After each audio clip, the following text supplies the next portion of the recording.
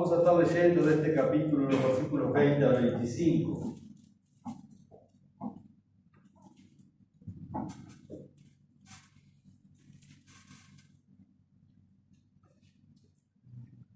Dice la palabra de Dios: cuando llegó la noche, se sentó a la mesa con los 12, y mientras comían, dijo: de cierto os digo que uno de vosotros me va a entregar.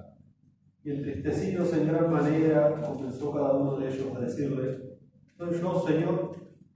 Entonces, él respondiendo dijo: el que mete la mano conmigo en el plato, ese me va a entregar. A la verdad, el Hijo del Hombre va según está escrito de él, mas hay de aquel hombre por quien el Hijo del Hombre es entregado. Bueno le fuera a ese hombre no haber nacido. Entonces, respondiendo Judas, el que le entregaba, dijo: soy yo, maestro. Le dijo: tú lo has dicho. Hasta acá por ahora la lectura de la palabra de Dios. Un relato, hermanos, que es fascinante, que parece sacado de una película dramática, pero es la realidad, y uno se hace tantas preguntas a la luz de este relato bíblico, este suceso histórico que pasó en la vida de nuestro Señor Jesucristo y de los entornos de sus discípulos, donde uno de aquellos 12 que el Señor mismo había reclutado lo iba a entregar. Estamos en la última cena, o lo que se llama la última Pascua o la última cena.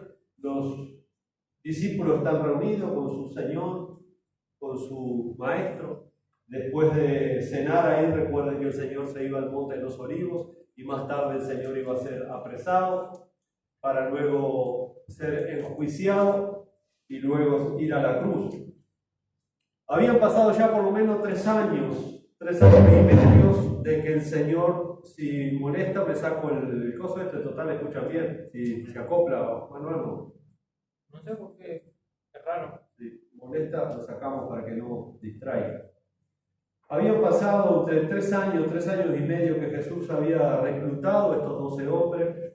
Estos 12 hombres eran los discípulos del Señor. Había estado noche y día con ellos, les había enseñado de primera mano. Pero acá ustedes imagínense la escena.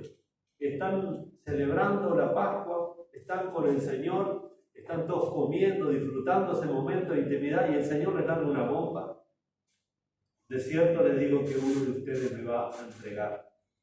A todos le quedó el pan en la garganta, porque dice que entristecidos en gran manera, cuando el Señor dijo eso, todos empezaron a preguntar: ¿seré yo? ¿Seré yo? Nadie dijo, no, viste que Judas, nadie sospechaba de Judas, hermano. Los Judas son así, lamentablemente. Entonces, este pasaje nos enseña la traición de Judas. ¿Y cuántas cosas aprendemos? ¿Cuántas cosas para aplicar? ¿Cuántas enseñanzas, hermanos, nos deja? Porque se ha estigmatizado a Judas en la historia, pero les puedo asegurar que hay muchos Judas aún. Están dispuestos a traicionar al Señor a conciencia, sabiendo. Judas sabía, escuchó el sermón del monte a los pies de Jesús. ¿De qué sirvió? Vio a Jesús hacer milagros, vio a Jesús resucitar muertos, vio hacer Jesús maravillas. Él fue uno de los 12 que fue comisionado por el propio Jesús a echar fuera demonios, a sanar enfermos, cuando comisionó a los 12 a predicar las buenas nuevas del reino. Ahí andaba Judas. Pero sin embargo ahora está llegando un momento cúspide de su vida. 3 años y pico al lado del Señor, y este hombre no se convirtió nunca. Impresionante todo lo que sacamos aquí. Yo tengo que usarlo, los 4 evangelios para ver detalles, porque algunos nos dicen cosas que otros omitieron. Así que yo voy a saltar de un evangelio al otro. Si usted quiere, anota los pasajes, porque si no se va a distraer en la búsqueda. Pero tenemos que hacer así para ver todo el contexto en el cual esto está sucediendo. El texto se conoce, como yo le decía, como la última cena, o también algunos le llaman la última Pascua. Dice el versículo 21, mientras comían, Jesús dijo: de cierto les digo que uno de ustedes me va a entregar. Juan, el evangelista, añade otros detalles a este mismo suceso, en el capítulo 13, versículo 21. Dice que Jesús dijo esto, pero él usa una frase que no está en los otros evangelios. Cuando Jesús dijo ahí en medio de la comunión con los discípulos, de cierto les digo que uno de ustedes me va a entregar. Dice Juan, agrega Juan, que Jesús se conmovió en espíritu. Es decir, Jesús no lo hizo ligeramente esto, no lo hizo fríamente. Jesús estaba dolido, Jesús estaba triste, pero también vemos que Jesús, la parte afectiva de Jesús por lo que estaba pasando ahí. No que Jesús lo dijo indiferentemente, o lo dijo con rabia, o lo dijo con rencor, o lo dijo con dolor, no. Dice que conmovido el espíritu. Jesús estaba dolido por la situación. ¿Cómo no va a estar dolido por una persona que estuvo 3 años y medio quizás allí con él, escuchándole, sirviendo o aparentemente le servía? Y Jesús, cuando dice esto, sabía lo que se le venía en muy poquitas horas, en muy poquito tiempo.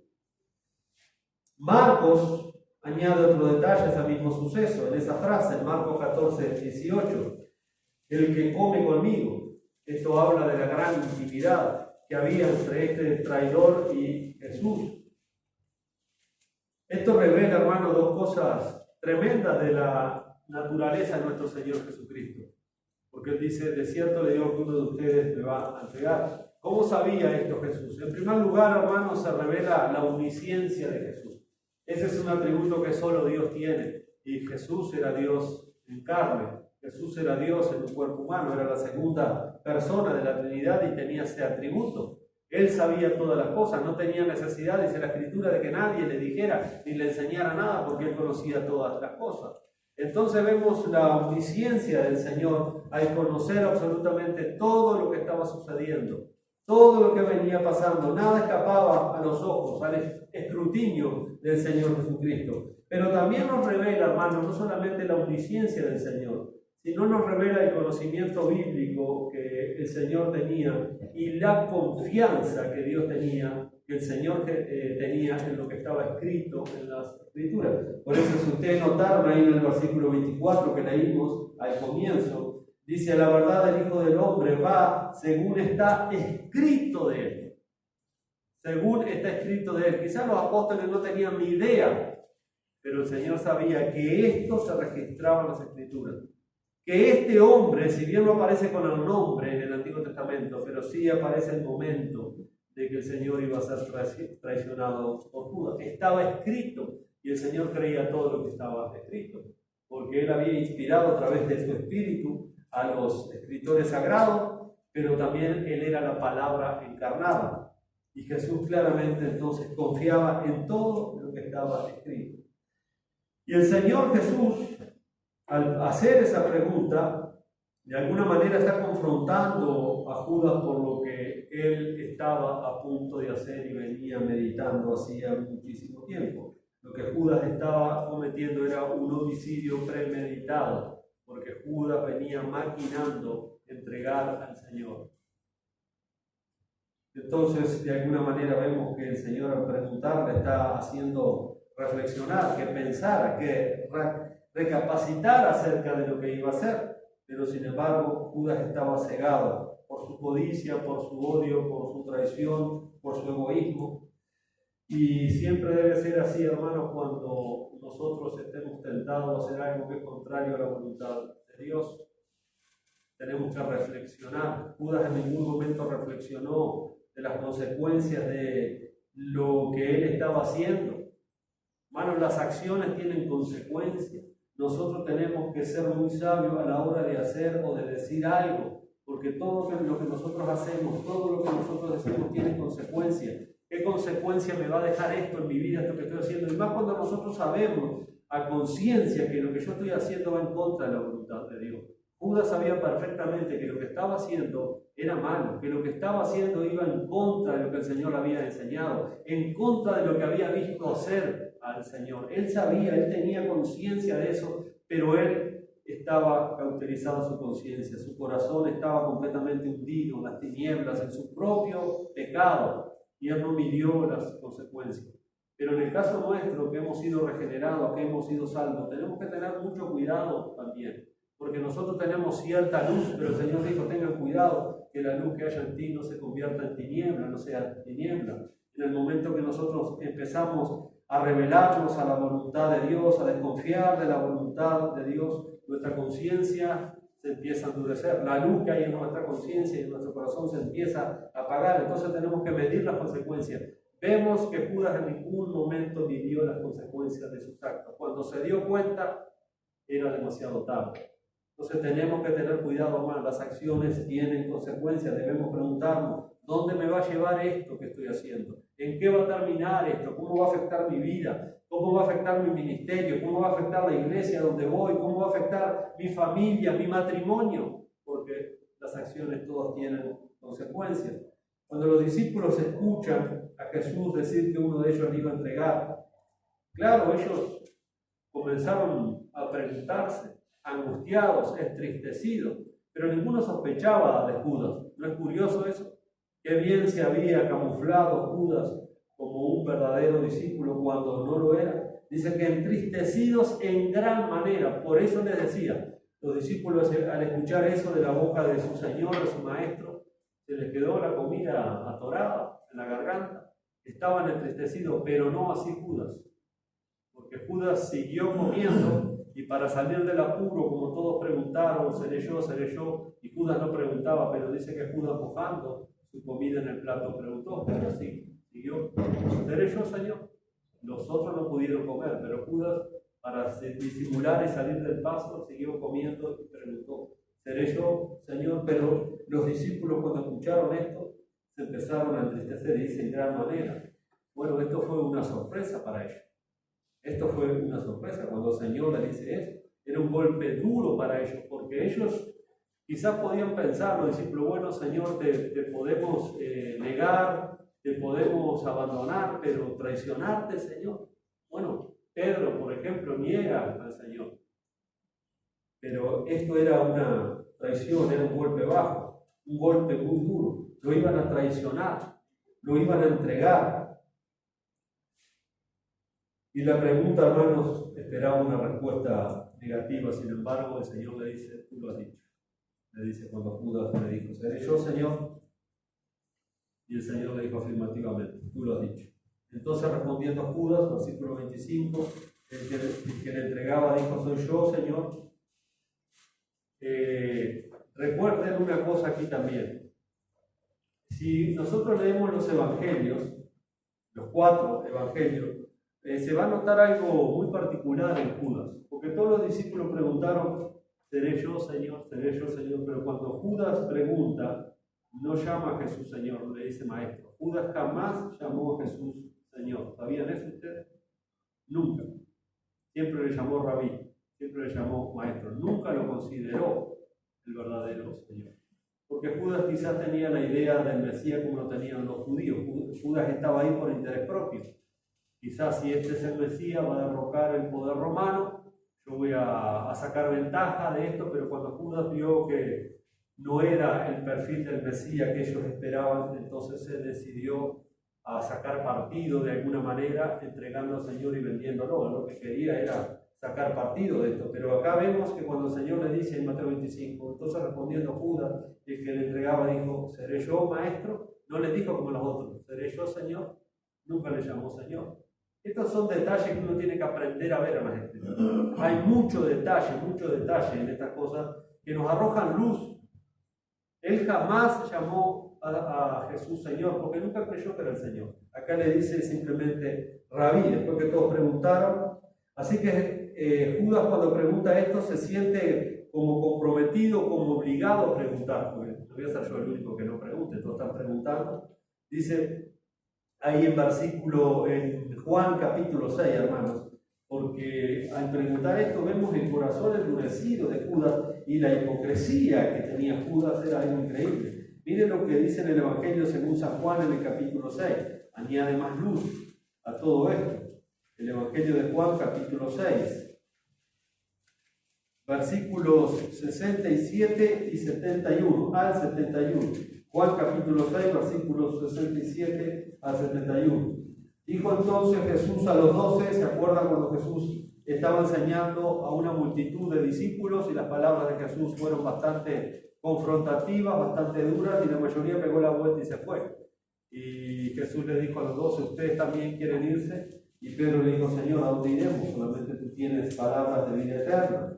Dijo entonces Jesús a los 12, ¿queréis acaso oíros también vosotros? Verso 68, lo que yo le decía, le respondió Simón Pedro, Señor, ¿a quién iremos? Tú tienes palabra de vida eterna. Y nosotros, cuando dice nosotros, Pedro incluye a los 12, porque el resto se fue, quedaron los 12 con el Señor. Y nosotros hemos creído y conocemos que tú eres el Cristo, el Hijo del Dios viviente. O sea, Pedro está haciendo una declaración que incluye a los 12 discípulos.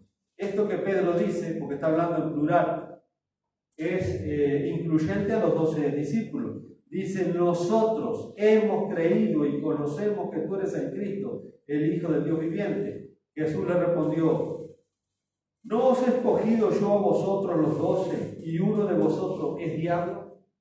¿De quién está hablando? Bueno, ahí lo dice. Hablaba, versículo 71, de Judas Iscariote. No te equivoques, Pedro. No todos han creído que yo soy el Cristo, el Hijo del Dios viviente. Hay uno entre ustedes que es diablo, que es mentiroso, que es hipócrita, que es calumniador, que es ladrón, que es homicida, porque el que no ama a su hermano, la Biblia dice que es homicida. Y Judas no amaba a nadie. Por eso en el registro que se da también otro detalle, en todos los evangelios Judas siempre se menciona al último. Eso, hermano, se aplicaba mucho para mostrar la poca afinidad o la poca comunión que tenía esa persona con el resto del grupo, que el que se ponía último era el que tenía menos amistad, menos comunión, menos empatía con los demás, y Judas siempre aparece el último. Y dice, hablaba de Judas Iscariote, hijo de Simón, porque este era el que le iba a entregar, y era uno de los 12. Por eso le digo, vemos claramente la hipocresía y la conciencia cauterizada de Judas, porque ya el Señor venía anunciando que entre ellos había un diablo. Y Judas no era ningún tonto. Judas sabía, hermano, que todo eso hacía alusión a él, porque el Señor conocía su corazón, conocía sus pensamientos, conocía su mente. Es increíble porque Judas fingió ser un santo, pero en realidad era un diablo. ¿Usted sabe la cantidad de Judas que hay?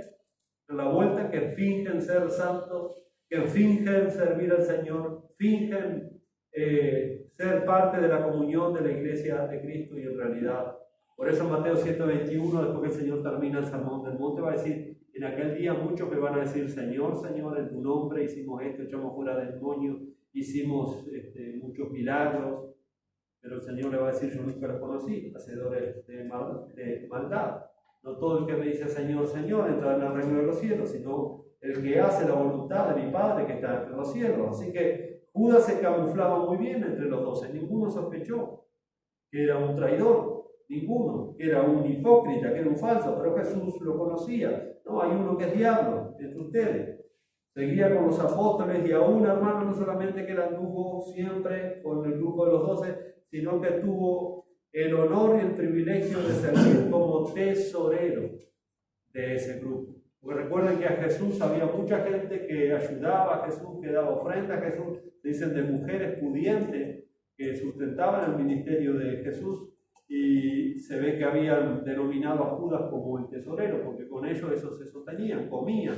Recuerden que habían dejado de pescar, habían dejado de trabajar. Y entonces esas ofrendas les ayudaban para conseguir alimentos, para conseguir lo que necesitaban. Y Judas era el tesorero. Con un tesorero así estaban peor que nosotros, siempre en rojo, porque dice que Judas sustraía de las ofrendas. Impresionante, me va a decir que no tenía conocimiento, no era ningún inocente. Judas no era ningún pobrecito, él sabía muy bien lo que estaba haciendo. Jesús le dijo, tú lo has dicho, le dice ahí en versículo 25, la parte B, el último, le dice cuando Judas le preguntó, el Señor le dice, tú lo has dicho. Bueno, esa frase del Señor es una respuesta rotunda, afirmativa de que es tal como Judas lo ha dicho. Has dicho la verdad, Judas. Tú me has estado traicionando, tú me vas a entregar. En el versículo 23 de Mateo 26 dice, entonces él respondiendo dijo, el que mete la mano conmigo en el plato, ese me va a entregar. Recuerden que están comiendo, la escena es esa. Hermano, se hacía un pan casero, no había panadería en ese tiempo, era un pan casero que se hacía, y ese pan se iba partiendo. Si había 10 personas, se partían 10 pedazos. Si había 8 personas, se partían 8 pedazos. Acá eran 13 con Jesús. Se parte el pan en 13 trozos y se le da un pedazo de pan. Después había un plato en el medio, entonces le servía a cada uno. Y con ese pan se mojaba y se iba comiendo. Por eso le decía que cuando Jesús empezó a decir eso, los otros quedaron atragantados, pero Judas, el Señor dijo, no, el que mete su pan en mi plato ese me va a entregar. Judas sin ningún problema seguía mojando el pan, seré yo, Señor, y seguía comiendo. Vemos su conciencia cauterizada, vemos su corazón endurecido, por eso el Señor dice allí, entonces respondiendo dijo, el que mete la mano conmigo en el plato ese me va a entregar. Alguien muy cercano de Jesús iba a entregarle, como estaba profetizado, como ya decían las Escrituras. En Juan 13:18, el Señor dice, el que come pan conmigo, y acá Juan registra la frase de Jesús como citando el Antiguo Testamento, por eso es importante. Cuando el Señor es el mismo acontecimiento, pero Juan nos narra que el Señor dice, el que come pan conmigo. En Mateo 26:23 dice, el que mete la mano conmigo en el plato, pero Juan da mucho más contexto a esta frase que es del Antiguo Testamento. Está citando el Salmo 41, versículo 9. Jesús ahí dice, el que come pan conmigo levantó contra mí su calcañar. Eso estaba escrito en el Salmo y Jesús lo aplica ¿a quién? A Judas Iscariote, a ese acontecimiento, no a otro, a Judas Iscariote. Pero también, hermano, Juan nos narra una escena muy importante acá, porque en Juan capítulo 13, versículo 23, Jesús dijo, y uno de sus discípulos al cual Jesús amaba estaba recostado al lado de Jesús. Que este era Juan, que era el menor de los discípulos. Verso 24, estoy en Juan 13. A este pues hizo señas Simón Pedro. Recuerden que Juan estaba cerca, se recostaban, no eran bancos como tenemos ahora. La mesa por lo general se tendía en el piso, en una alfombra, y ponían un almohadón y se recostaban y comían recostados. Por eso Juan no estaba sobre el pecho de Jesús, como pintan los cuadros los católicos, estaba cerca de Jesús. Y dice que uno, Pedro, le hacía señas a Juan. Que nadie sabía. Usted tiene que imaginarse todo eso, ¿no? Dice, a este pues hizo señas a Simón Pedro para preguntase quién era aquel de quien hablaba. Entonces, recostado cerca del pecho de Jesús, le dijo, Señor, ¿quién es? Verso 26, en Juan 13.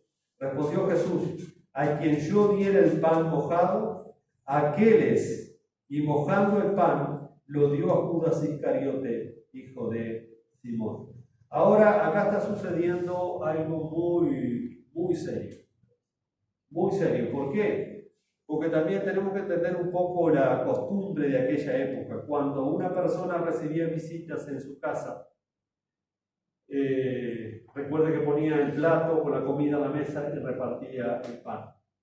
Si el dueño de casa mojaba él su pan en el plato y se lo daba a la visita, entonces eso era señal de compañerismo, señal de que lo recibía con amor, con gratitud, que podía estar el tiempo que quisiera. Era una muestra de cariño, de afecto, pero si el dueño de la casa no mojaba el pan y se lo daba a la visita, entonces la visita sabía que no era bienvenido y que se tenía que ir. Pero notamos acá el acto de bondad y de misericordia del Señor al hacer este acto. Sabiendo que el que lo iba a entregar era Judas, él agarra, y eso es una muestra de misericordia del Señor. Él mismo, el Señor mismo, moja su pan y se lo da a Judas. Esto en el contexto es importantísimo saber por qué Jesús hace esto. Jesús está mostrando bondad y misericordia. Aún aquel que lo estaba traicionando, que era el falso discípulo Judas.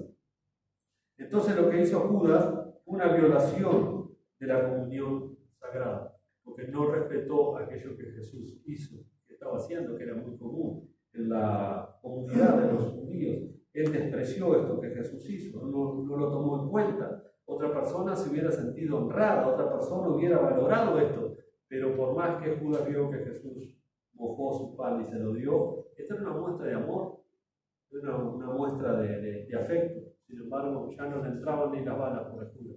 Estaba tan cauterizada su conciencia.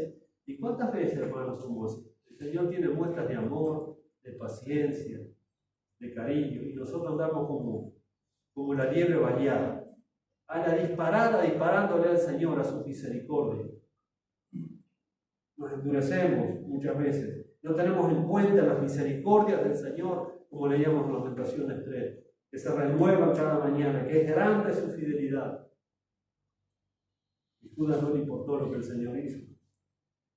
Por razón, hermanos, en el verso 24 ahí de Mateo 26, Jesús dijo: a la verdad, el Hijo del Hombre va según está escrito de él. Mas ¡ay de aquel hombre por quien el Hijo del Hombre es entregado!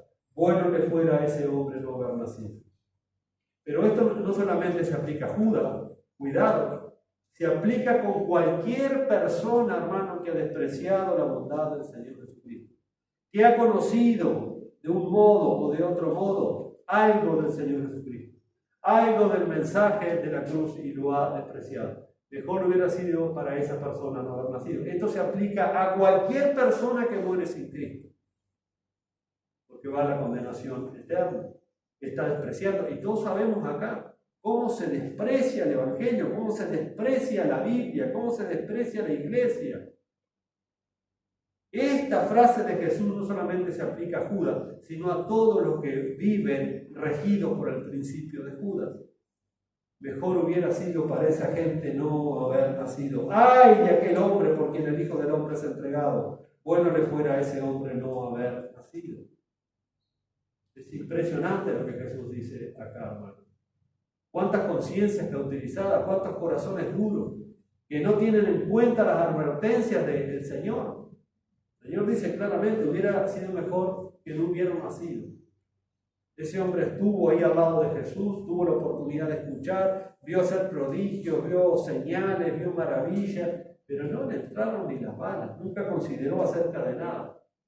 ¿Cuántos han gustado, como dice el escritor a los hebreos? Gustaron el don celestial, gustaron la comunión de los santos. Pero Juan dice en los 19, 1 Juan 19, estaban con nosotros, pero se fueron de nosotros porque no eran de nosotros. Bueno, todas estas advertencias aplican ahí, hermanos. Todos los que están sin Cristo, todos los que han rechazado voluntariamente, no es que ellos están preocupados porque han rechazado la gracia de Cristo. Judas en ningún momento. Cuando le cayó la ficha ya era muy tarde. Por eso hace lo que hizo después de haber entregado al Señor. Pero cuánta gente endurecida así, hermanos. Se puede ser rico, pobre, famoso, desconocido, pero si están rechazando a Cristo, se están despreciando a Cristo, entonces van por el camino de Judas, el camino a la condenación eterna. No hay otra cosa.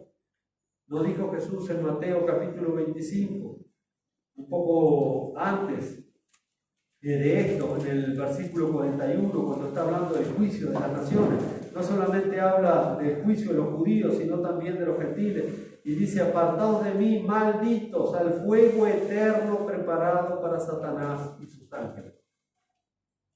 Al fuego eterno preparado para Satanás y sus ángeles. Palabras de Jesús, hermano. Advertencias de Jesús. Pero sin embargo, Judas en ningún momento hizo caso a las advertencias de Jesús. En ningún momento. Él siguió en la de él. Ahora, todo esto que está pasando está dirigido por el plan soberano de Dios. Todo esto va según el plan de Dios. Nada está pasando por casualidad. El plan de Dios se está llevando a cabo a la perfección. Esto lo vemos claramente revelado en el sermón del apóstol Pedro en Hechos capítulo 2. Pedro deja claro este punto. Ahí en Hechos capítulo 2, cuando Pedro está predicando en Pentecostés a los judíos, Hechos capítulo 2, versículo 23, dice: a este, está hablando de Cristo, entregado por el determinado consejo y anticipado conocimiento de Dios. Miren lo que dice Pedro acá: a este, hablando de Jesús, entregado por el determinado consejo y anticipado conocimiento de Dios. Prendisteis y matasteis por manos de inicuos, crucificándole. ¿Vieron? Acá vamos a ver una moneda con dos caras. En primer lugar, la soberanía de Dios en todas las cosas, y en segundo lugar, la responsabilidad humana.